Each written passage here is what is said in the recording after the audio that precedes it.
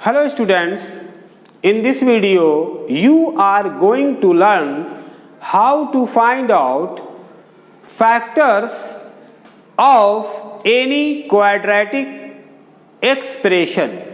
यानी आप इस वीडियो में सीखने जा रहे हैं कि किसी क्वाड्रेटिक एक्सप्रेशन के फैक्टर्स को कैसे फाइंड आउट किया जाता है, यानी कैसे मालूम किया जाता है। ओके, याद रखिएगा फैक्टर्स को हिंदी में गुणनखंड कहते हैं। ठीक है, देखिए यहां क्वेश्चन है find out the factors of x square plus 4x minus 12। X square plus 4x minus 12 is quadratic expression. Quadratic expression वैसे एक्सप्रेशन को कहते हैं जिसका पावर 2 होता है। ठीक है, जिसका हाईएस्ट पावर 2 होता है, यानी 2 से बड़ा पावर नहीं होता है। जैसे आप यहां देख रहे होंगे x का पावर 2 है और यहां x का पावर 1 छिपा हुआ है, लेकिन मेन पावर उसे मानेंगे जो सबसे बड़ा होगा। तो यहां पावर है 2, तो इस एक्सप्रेशन को हम कहेंगे क्वाड्रेटिक एक्सप्रेशन। और हम इस क्वाड्रेटिक एक्सप्रेशन के फैक्टर्स को यानी गुणनखंड को निकालने जा रहे हैं। आज का ये वीडियो बहुत ही इंपॉर्टेंट है क्योंकि आप सीखने जा रहे हैं फैक्टर कैसे निकाला जाता है, और फैक्टर कैसे निकाला जाता है इसका जानना आपके लिए बहुत ज़रूरी है, क्योंकि फैक्टर पर ही बहुत सारा प्रॉब्लम बेस्ड है, यानी बहुत अलजेब्रा का बहुत सारा पोर्शन इसी पे बेस्ड है। तो फैक्टर्स का जानना, उसे फाइंड आउट कैसे किया जाता है, इसको जानना आपके लिए बहुत ही ज़रूरी है। मेरे इस वीडियो को पूरी तरह से देखें और सीखें कि कैसे फैक्टर किसी क्वाड्रेटिक एक्सप्रेशन का निकाला जाता है। ओके, तो देखिए क्वेश्चन है x square plus 4x minus 12। ठीक है, यह है क्वेश्चन। इसमें जो सबसे इंपॉर्टेंट पॉइंट है उसे आप देखें। देखिएगा, सबसे पहले आपको देखना यह है कि एक्स स्क्वायर के साथ यहां कितना है लिखा हुआ। यहां कुछ नहीं है तो मीन्स कि 1 है। कभी यहां पर 2 लिखा रहेगा, कभी यहां -2 लिखा रहेगा, कभी यहां 5 लिखा रहेगा, कभी कुछ और लिखा रहेगा। अगर कुछ नहीं लिखा हुआ है तो समझ जाइए कि यहां 1 है। ओके, सबसे इंपॉर्टेंट बात तो ये हो गया। उसके बाद देखिए यहां जिसके साथ x नहीं है, पहले मैंने बात किया उसका जिसके साथ स्क्वायर है, और अब बात करें उसकी जिसके साथ x नहीं है। यहां x था और पावर था 2, और यहां हम वैसे नंबर की बात कर रहे हैं जिसके साथ x नहीं है, यानी इसकी बात कर रहे हैं। तो ये कौन सा वैल्यू है? ये है -12। तो अब इस -12 को ये जो 1 था इससे मल्टीप्लाई करेंगे, यानी कि 1 इंटू -12, तो कितना हो गया? -12। ये आपको याद रखना है, ये आपको याद रखना है। ठीक है, देखिए यहां पर हम लिख दे रहे हैं -12, एक वैल्यू ये हुआ। फिर से बता दें आपको, एक्स स्क्वायर के साथ कितना है? 1, और यहां लास्ट में देखिए कितना है? -12। -12 को इस 1 से मल्टीप्लाई कीजिए तो कितना हो गया? -12। अगर यहां पर भी माइनस होता अगर, तो माइनस और माइनस प्लस हो जाता, लेकिन यहां पर क्या है?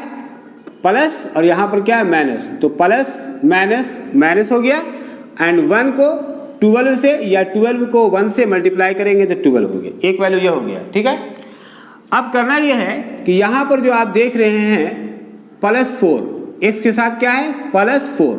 तो +4 को इस तरह से 2 पार्ट में बांटेंगे। याद रखिएगा, +4 को इस तरह से 2 पार्ट में बांटेंगे कि ऐड करने पर या सबट्रैक्ट करने पर, मतलब जोड़ने पर या घटाने पर +4 आ जाए, यानी +4 प्लस ही 4 रहे, वैल्यू चेंज नहीं हो, मगर उन दोनों पार्ट को मल्टीप्लाई करने पर इतना आना चाहिए, यानी -12। तो देखिए कैसे अब करेंगे क्या कि एक्स स्क्वायर को मैंने छोड़ दिया और यहाँ -12 को भी वैसे ही छोड़ दिया। अब देखिए प्लस 4x को कैसे हम बांटते हैं दो हिस्से में। प्लस 4x को कर देंगे क्या 6x, क्या लिख दिया 6x, और इसमें से माइनस कर दिया 4x, नॉट 4x 2x, देखा कितना लिख दिया 2x। अब देखिए प्लस 4x माइनस 2x कितना हो गया plus 4x, plus 6x minus 2x कितना वैल्यू हो जाएगा, फिर से आ जाएगा प्लस 4x। अब मल्टीप्लाई कीजिए तो देखिएगा माइनस 12 आ जाएगा। देखिए plus minus plus minus minus and 6 to the 12 आ गया ना, आ गया। तो आपको मैंने क्या ट्रिक बताया, सबसे पहले तो आप इसे और इसे देख लीजिए, गुना कर लिया यानी मल्टीप्लाई कर लिया, और यही रिजल्ट आना चाहिए यहाँ पे।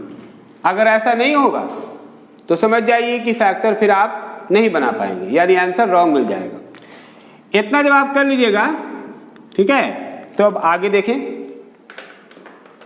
देखिए अब ये जोड़ा बना लीजिए, एक जोड़ा ये हो गया और एक जोड़ा ये हो गया, समझा, यानी ये दो और ये दो, पहले 3 था 3 था 1 2 3, अब कितना हो गया 1 2 3 4, ठीक है। तो अब हम क्या करेंगे, कॉमन लेंगे इसमें और इसमें, इन दोनों में कॉमन लेंगे और इन दोनों में कॉमन लेंगे, ठीक है। तो देखिए कॉमन क्या है, यहाँ x है यहाँ भी x है, तो x कॉमन ले लेंगे, तो इसके पास क्या बचेगा, यहाँ 2x है x स्क्वायर, तो 1x हो गया बाहर, तो 1x अंदर रह जाएगा, ठीक है। और ये हो गया प्लस ये वाला x तो बाहर आ गया, तो इसके पास क्या बच गया 6 बच गया।